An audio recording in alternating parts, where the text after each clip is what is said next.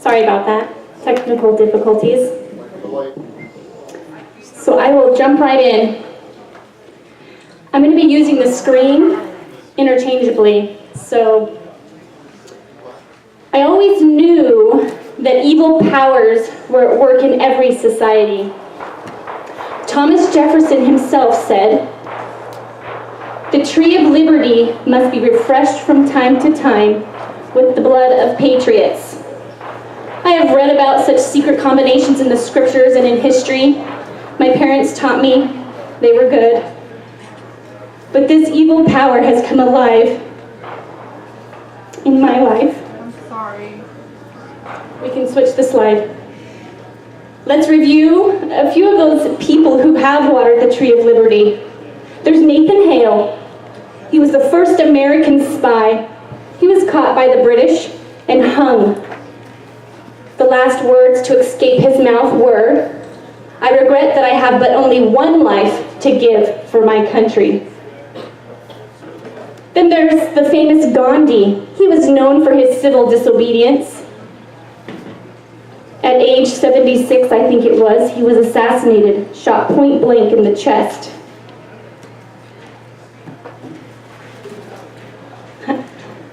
I never dreamed that my father's blood would be watering the tree of liberty. Almost always happens when the righteous point out the iniquities of their corrupt government. They immediately become the victims of intense persecution, often resulting in death. We can push play. Hover over the screen.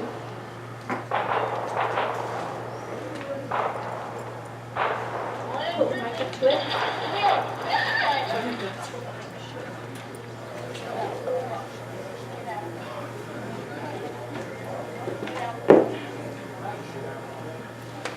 I'm sorry.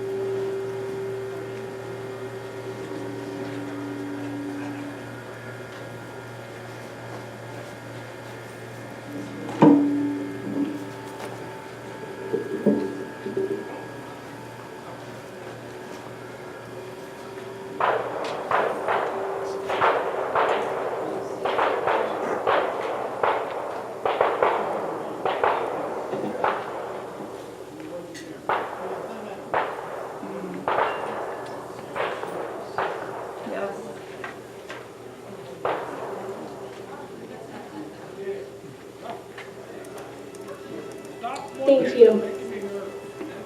We can move that to the next slide. On a less morbid, serious note, I added this slide. It reads, "You do realize that exposing the illegal things your government has been doing is illegal." Indeed. As comical as it is, it's ridiculous. Next slide.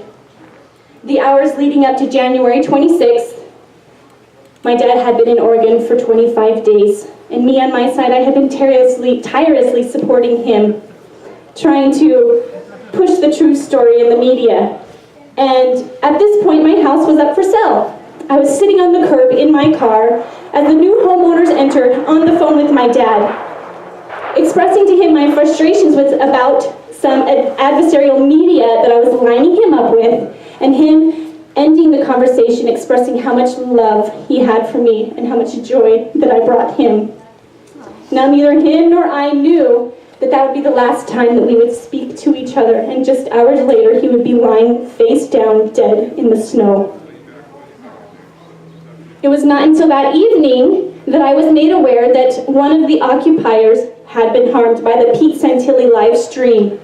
He was the only media source there delivering true media. He was a live streamer.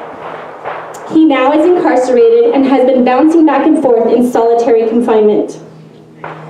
Once I was notified through Pete, I had notified all 10 of my siblings to his live stream. I then called my trusted media friend. Her name is Sherilyn Eager. She came straight to my house to help me assess the situation. Just within hours of her arrival, she found herself holding me as I fell to the floor, as I was hysteric, for my father had been murdered. For those new to my father's assassination story, it is important to note how his story began years ago as he practiced daily diligence in the things that developed his mind, his body, and his spirit. These such practices enabled him to be the powerful voice that America now knows him to be. Benjamin Franklin said, "Virtue is not secure until its practices have become habitual, and that only a virtuous people are capable of freedom." Every human being has a habit of the heart. It's either for virtue or for vice. And today I'm going to discuss the type of habit of the heart that invites the blessings of heaven, liberty. But before we dive into the meat of that discussion, I want to paint the picture for you of who my father was, because he was a man of virtue and of competence. I want to tell you why he went to Oregon and what they were accomplishing in Oregon. We can switch the slide, sorry. He dreamed to become a cattle rancher ever since he was a young boy. This is his cattle brand, the LV bar. When he was a young boy, age 8 or 9, in school, he would doodle on his notepad, daydreaming about becoming a cattle rancher, and he wanted to develop his brand. He knew his initials needed to be in it, and his child mind understood that every cool cattle rancher has a bar in their brand. So at age 8 or 9, this is the development of his cattle brand, the LV bar. He loved the land, the cool breeze on his face, the smell of sagebrush, the sand under his feet, roaming the land with the animals. He wanted nothing more than to pass this heritage down to his children. And after much sacrifice, hard work, blood, tears, he accomplished his lifelong dream and acquired his own ranch. He always witnessed and testified how things all point to Christ. He told me once, he referred to us as daughter, because having so many, you forget their names. He says, "Daughter, the cattle live and die, that we might partake and live." He was a historical, political, scriptural connoisseur. Dad did not go anywhere without a book in his hand, and we would often find his nose in the scriptures several times a day. He loved his God. This love is what motivated his use of agency in every element of his life. When in personal counsel with me, he would often say, "Daughter, it only matters if God is smiling." It was his daily diligence that developed and nurtured his love for God. This love, in essence, became his habit of the heart. I'm going to play a clip for you of my dad quoting the words of Ezra Taft Benson, who was an American farmer, a government official, a religious leader who served as the United States Secretary of Agricultural during both the presidential terms of Dwight D. Eisenhower. Ezra's words gave my dad great courage and comfort in his personal stand for liberty.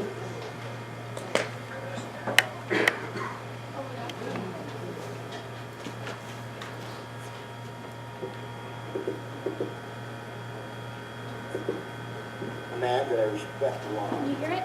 Ezra Catholic. And he asked that question. Is it morally right to resist tyranny? And he answers his own question. No, that's not the way. I believe, he said, with all the fervor of my soul, I believe that God intended man to be free. And he went on to say that rebellion against tyranny is a righteous cause. So, there you have it. That's exactly how I feel. It's good to read and hear other people that feel the same way. He went on to say that the fight for freedom is God's fight. So when a man stands for freedom, he stands with God. And as long as he stands for freedom, and even if he stands alone, still stands with God, a man will be eternally vindicated and rewarded for his stand for freedom. Sorry about that. Okay. A man that I respect a lot by the Okay, here we name go. of Ezra Taft Benson. And he asked that question. He said, is it morally right to resist tyranny? And then he answers his own question by saying, I believe, or he said, with all the fervor of my soul, I believe that God intended man to be free. And then he went on to say that rebellion against tyranny is a righteous cause. So there you have it. That's exactly how I feel. Good to read and hear other people that feel the same way. He went on to say that the fight for freedom is God's fight. So when a man stands for freedom, he stands with God. And as long as he stands for freedom, he stands with God. And even if he stands alone, he still stands with God. A man will be eternally vindicated and rewarded for his stand for freedom. Amen. Amen. Yeah, right.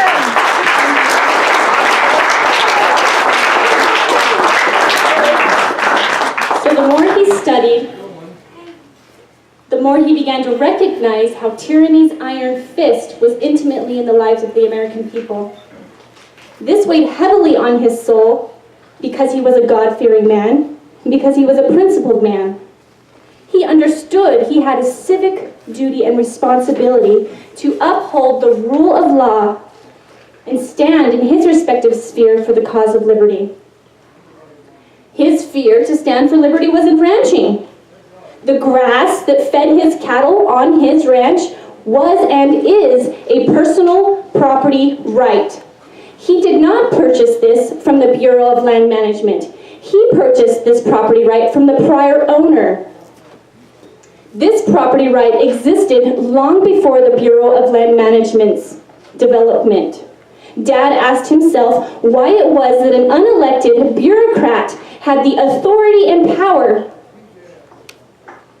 to dictate and regulate how he used his personal property right. This issue is not about cows. This issue is not about grass. This is about personal property rights. Right. I'm going to quote my dad. He says, if you do not have property rights, you do not have freedom. And a society cannot long remain at peace when the right to control and use your personal property rights are infringed upon. At gaining this understanding through his daily diligence, he no longer in good conscience could endorse the Bureau of Land Management as the managers of his ranch, for it never was theirs to manage in the first place. Through his daily diligence, he began to understand how the Bureau of Land Management was actually undermining the principles of liberty found in the Constitution of the United States. He was only able to discern this because of his daily diligence, for he had worked daily to gain knowledge. He decided this is how he was going to make his stand. He understood how important it was for him to honor his personal property rights, for if he did not, they would be lost.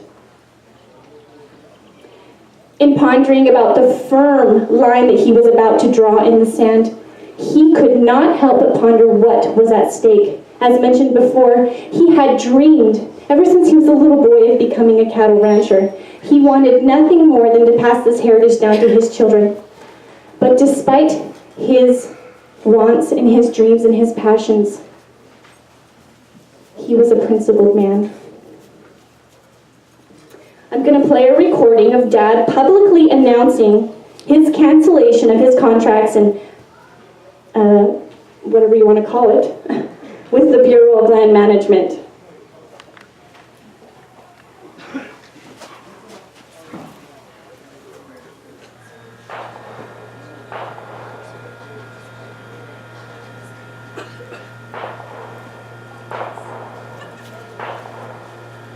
He fired the BLM as his land manager some time ago. He was on to what was going on, and he fired them.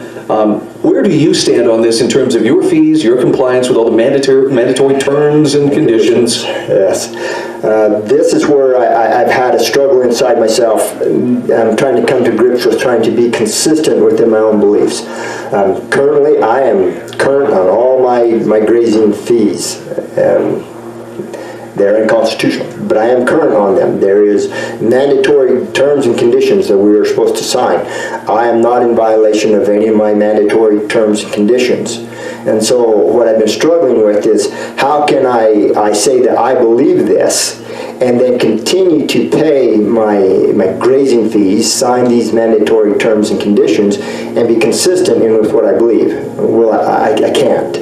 And so I personally need to be consistent, or I need to just sit down and be quiet. And so I'm announcing that I will no longer continue my relationship with the BLM. Again, these are good men. I've had nothing but positive experience with my range cons. I like them. But this is so separate from our personal relationship. And so I will no longer pay these fees, nor will I any longer sign these mandatory terms and conditions. Now you're beginning to cross the Rubicon, and now you're beginning to kind of rattle the cage of the big dog. And this can mean everything to me. You know, I can lose everything I have. Clive can lose everything he has. Well, you saw firsthand the kind of intimidation and projection of force that the government was willing to resort to last year. Yeah, but if you start making decisions based upon what you're going to lose or not lose, or who's going to win or not win, you're no longer standing upon principle.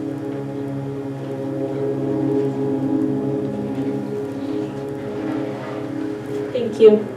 So, the before-mentioned government official, Ezra Taft Benson, warned the people that if we would become like God, knowing good and evil, then we had best find out what is undermining us, how to avoid it, and what we can do about it. Benson prayed, "May it never come to pass that my people are destroyed for a lack of knowledge."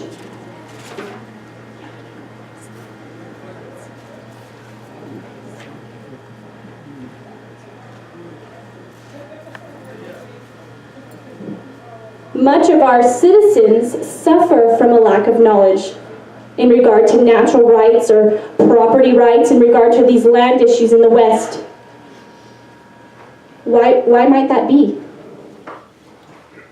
The 21st century has become what I like to call a nomadic suburbanites. We are a transit society moving from one suburb to another. The people have become removed from the land. The commandment that all men shall eat by the sweat of their brow hardly includes the law of the harvest anymore. Most people are not intimately connected to the land and its eternal laws for survival, which all laws point and testify of Christ. Though there is nothing wrong with this modern lifestyle, it is common for people to simply mow their lawns under their HOA policing agency, or live in townhomes or apartments, which essentially have no land for them to be bound to. Because of this disconnect from the land, understanding the purpose and importance of personal property is more easily undermined by crafty design by the powers that be to seek to destroy liberty. John Adams stated how property is surely a right of all mankind as real as liberty. Liberty, in essence, binds us to our land. What are the benefits of being tied to the land? What does that have to do with liberty? And why is that something sacred? The benefits. Being tied to the land helps to teach natural lessons that are eternal laws. Procreation, nurture, life and death, the law of the harvest. You reap what you sow. Everything has its season. Accountability. Being tied to the land enables personal liberty because all resources to sustain life comes from the land. The freedom to act, create, and produce on your personal property helps a people to become free and self-sustaining. Doing these things becomes hard, if not impossible, when regulated out of business. Because of the people's disconnect from the land, being connected to the land is no longer sacred. There is even a delusion that liberty is not associated with land or personal property rights. Again, I need to be very clear that there is no problem with this modern day lifestyle. But a lack of understanding of the principles of liberty, that is our problem. We must understand how the powers that be have strategically exploited different lifestyles to bring about their anti-liberties agenda. The very principles of liberty are not fully understood. How can one then begin to translate and discern if proposed bills are for liberty or not liberty, or if those running for election and their trends are liberty or not liberty? We must first have a firm foundation of the basic principles of liberty before anyone is enabled to have success in this translation process. There simply is no other way. Each individual's due diligence cannot be avoided. A mentor of mine boldly stated how much of our societies waste their time with mind-numbing, time-wasting activities. No wonder America has become so dumbed down.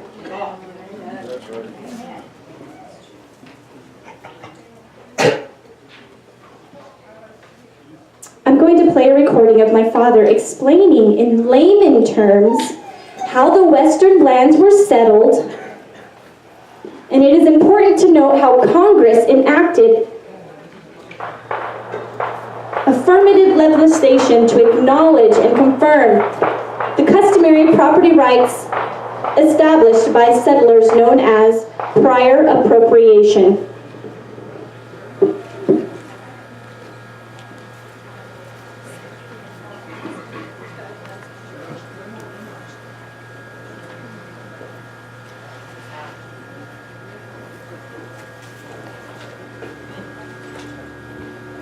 How are rights established? And we can look at, let's begin at natural rights. An easy way to try to explain this is how a right is established is using something we're all very familiar with, and that's standing in line. Okay, we've all stood in line. We stand in line at the DMV, we stand in line at McDonald's, we stand in line at a theater. So we all stand in lines, so we know what that is. So when we show up there and say we're the first one in line, we stand there and we create a right. And we create a right because we were, it was our preemptive right. I am first in line, And the legal term for that is prior appropriation. And so you go and you stand in that line and you have created a right to be there. And that's called natural law. It's natural, it's self-evidence, as the forefathers would say. We see that, we recognize that. Now the second thing to create that right is you must use it. If you don't use it, you will lose it. And for example, the line gets very long and you say, hey, I want to go outside because I'm tired of standing here. And you come back and you say, hey, I was first in line. And the guy says, well, wait, you left. You lost your right to be, you're no longer preemptive. You left, you lost it. Now the third thing you need to create a right, a proper right, a right, is you must defend it. So you're standing there, the line is very long, and in comes a bigger person. And he says, I'm not going to stand in the back of this line because I'm big. And so he walks up in front and he pushes you out of the way and he says, I'm in front. Now you have one or two things you can do. You can say, oh, that's not fair, and then retreat and stand back behind him, and in which case you lose your right. Or you can defend your right. And if you defend your right, then you can try to say, no, you must leave. And you may even get other people that will say, yeah, that's not right. You got to leave. And you may get other people that believe that you had a right that will support you. But whether they support you or not, unless you defend your right, you lose it. And Thomas Jefferson said, we have only those rights we defend. Unless you're willing to defend your rights, you will lose them. And that's what the early patriots did. They were willing to defend their rights. And so that's how rights are created. Now, so how is a grazing right created? Did we get this from the BLM? Of course not. The BLM wasn't around when these rights were created. You know, a rancher, a sheep herder came into the country out here on the strip. It was very open, very empty, and he said, well, I see the spring here. I can run 75 head, or I can run 175 head off of this spring, and so I claim this spring as my right, and I'm running cattle on it. So one, he's claimed it. Two, he's using it. Well, in comes another rancher, and he's a little bigger, and says, man, I need that spring, and because I got more cows and stuff, and so he may try to claim that spring as his. The first rancher, if he doesn't defend that, he will lose that. And unfortunately, or however you like to look at it, that's how they were created.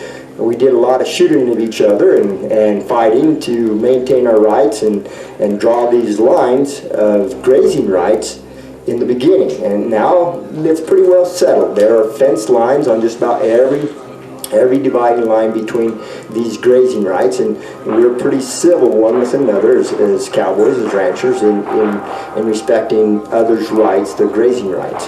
And so review it again. You must claim it, and that doesn't have to be claimed, that doesn't have to be written in a code of law or anything. That's a natural right. But once you claim it, then the county's responsibility, or the purpose of the county, is you can go there and you can actually record that. That's a step of claiming that right. And so, for example, my rights to graze out there are based upon water. I have some dirt tanks, I have some springs, I have some trip tanks, and each of these waters can run so many cows. When I purchased this, and not from the BLM, I purchased from somebody else who had created the prior preemptive rights, and I bought it from them, and then I went and I recorded it in Mojave County. And so I claimed my right. And now I'm using that right. Continuous use has been continually used from the very first ranchers who created that preemptive right. And it has gone down legally till now I own it, having purchased it from them. Now, the third thing is I must defend it. And that's what Cliven Bundy did. He was defending his natural right, his preemptive grazing rights, or prior appropriation. And so that's the issue upon which rights are created. Now, the Constitution, these rights exist separate from the Constitution, but the Constitution does codify it.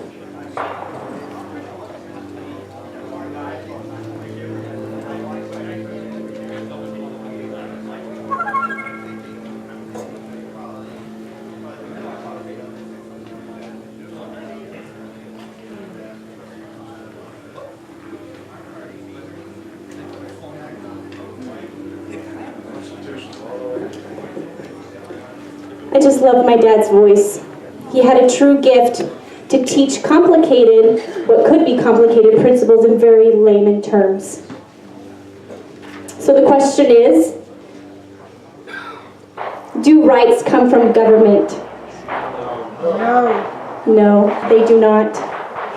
It is the people that give the government their authority. The Declaration of Independence states, "We hold these truths to be self-evident, that all men are created equal, that they are endowed by their Creator with certain unalienable rights, that among these are life, liberty, and the pursuit of happiness, which is derived by the free use of our personal property." The Declaration of Independence is a three-way covenant. First, we acknowledge God as our Creator. We respect Him, and we honor His laws. Second, we covenant with our neighbor to respect each other as equals. We must not persist in the attitude of superiority. There's the old cliche that pride is the root of all evil. And then the third leg of that covenant includes our government. It, deriving its power from the people, too, must honor the individual and their property rights. And they, too, must stop with the superiority attitude. If this three-way covenant is honored by all three parties, much good is brought to pass. The original creation of the Bureau of Land Management was to help establish and determine the value of the land. But over the years, by crafty design, the mandatory terms and conditions have changed to oppress the people and therefore strip them of their rights to control their personal property. Today, the BLM is a real threat to personal property. The Bureau of Land Management undermines the principles found in the rule of law, the Constitution. Who here, by a raise of hands, has picked up the Constitution in the last week and read from it? Let's give all these people a round of applause, please. We need to be reading this sacred document weekly. Article 1, Section 8, Clause 17. Who's read it? Thank you. It clearly states how the government has zero authority to own and manage mass lands. This dragon is out of its box and it needs to be put back where it belongs. Now, through my dad's daily diligence, Dad gained an understanding how the proper role of law was to oppose the tendency to plunder, and how all its measures should be